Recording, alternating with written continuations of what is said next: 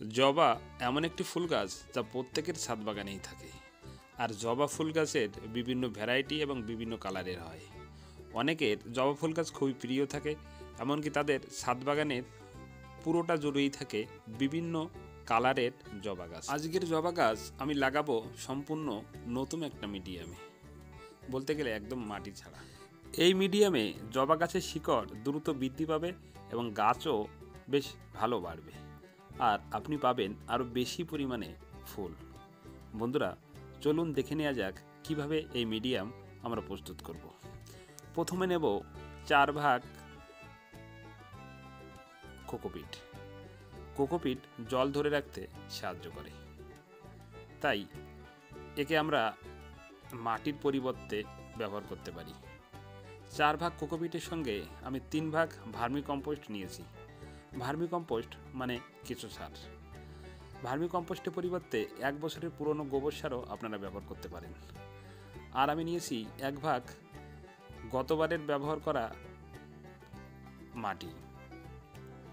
বন্ধুরা, মাটি যদি আপনারা ব্যবহার করতে না চান তাহলে 2 ভাগ ভার্মি কম্পোস্ট আর 2 ভাগ কোকোপিট অনুপাতে মিশাতে পারেন।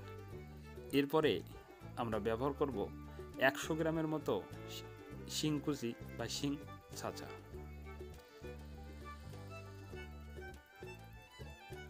যে কোনো নার্সারিতে শিংকুচি বা শিং ছাঁচা এবং হাড় গুঁড়ো পাওয়া যায়। এরপর 100 গ্রামের মতো হাড় গুঁড়ো ব্যবহার করব। হাড় গুঁড়ো 3 ভাবে পাওয়া যায়, একটা একটু বেশি গোটা গোটা, একটা মাঝারি আর একটা স্টিমড। গোটা বা মাঝারি হাড় গুঁড়োতে একটু গন্ধ হতে পারে, তাই যারা গন্ধ একদম সহ্য করতে পারে না তাদের পক্ষে স্টিমড হাড় গুঁড়ো ব্যবহার করাই ভালো। তবে এই গোটা গোটা হাড় গুঁড়োর মধ্যে ভেজাল মেশার সম্ভাবনা কম থাকে। এই সব কিছু মিশিয়ে মাটিটাকে এবার ভালো করে মিশিয়ে নিতে হবে। হ্যাঁ বন্ধুরা, এর মধ্যে 1 মুঠো নিমখোল দিয়ে দিতে হবে। হাড় গুঁড়ো এবং শিংকুচির জন্য বিভিন্ন ধরনের পোকামাকড় বা পিঁপড়ের আক্রমণ হতে পারে, আর যদি আমরা নিমখোল ব্যবহার করি তাহলে এই পিঁপড়ে আর পোকামাকড় আপনার গাছের থেকে দূরে থাকবে। এবার আমি ব্যবহার করব গ্রো ব্যাগ। এই গ্রো ব্যাগ 9x9 9 ইঞ্চি গ্রো ব্যাগ। এই গ্রো ব্যাগ সম্পূর্ণ পরিবেশ বান্ধব। বন্ধুরা, 9 ইঞ্চি গ্রো ব্যাগ আমার এই ছোট গাছের পক্ষে অনেক বড় হবে, তাই আমি একটু ভাঁজ করে কমিয়ে নিলাম। এবার এর মধ্যে মাটি ভরে দেব। বন্ধুরা, এই ব্যাগ ছিদ্রও করতে হবে না, আর এর নিচে কোনো পাথরকুচি বা অন্য কোনো কিছু দিতে হবে না।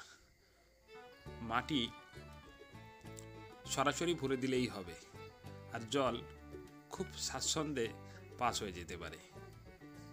আমাদের মাটি তৈরি করা হয়ে গেছে। এবার আমরা গাছটা রোপণ করব। বন্ধুরা, এই গাছের আপডেট আমি মাঝে মাঝেই নিয়ে আসব, যে আমার গাছটা কেমন বৃদ্ধি পাচ্ছে, কেমন ফুল হয়েছে, সবই আমি নিয়ে আসব। গাছের গোড়া থেকে কিছু মাটি আমি ফেলে দেব, যাতে শিকড়টা খুব তাড়াতাড়ি আমার নতুন মিডিয়ামে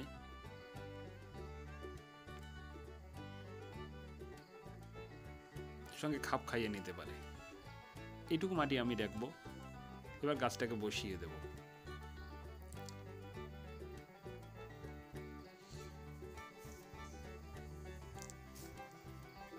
বন্ধুরা, কোকোপিট জল ধরে রাখতে সাহায্য করে, তাই কোকোপিট ব্যবহার করলে আমরা যদি 1 দিন বা 2 দিন জল নাও দিই তাহলে আমাদের গাছের কোনো ক্ষতি হবে না।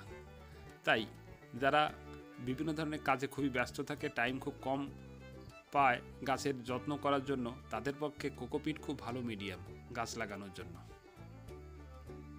মাটিটাকে এবার ভালো করে শক্ত করে দেব। বন্ধুরা, আমার গাছ তৈরি করা হয়ে গেল। এবার এটাকে জল দিয়ে দেব। হ্যাঁ বন্ধুরা, 1 মাস এই গাছে কোনো খাবার দিতে হবে না। তারপর মাঝে মাঝে 10 দিন পর পর শস্যে পচা খোল জল বা কিচেন ওয়েস্ট ব্যবহার করা যাবে। 10 দিন পর পর যে কোনো একটা ফাঙ্গিসাইড এবং কীটনাশক ব্যবহার করতে হবে। আজকের ভিডিও এই পর্যন্ত। যদি ভিডিওটি ভালো লাগে লাইক করবেন, কমেন্ট করবেন ও বন্ধুদের মাঝে শেয়ার করবেন।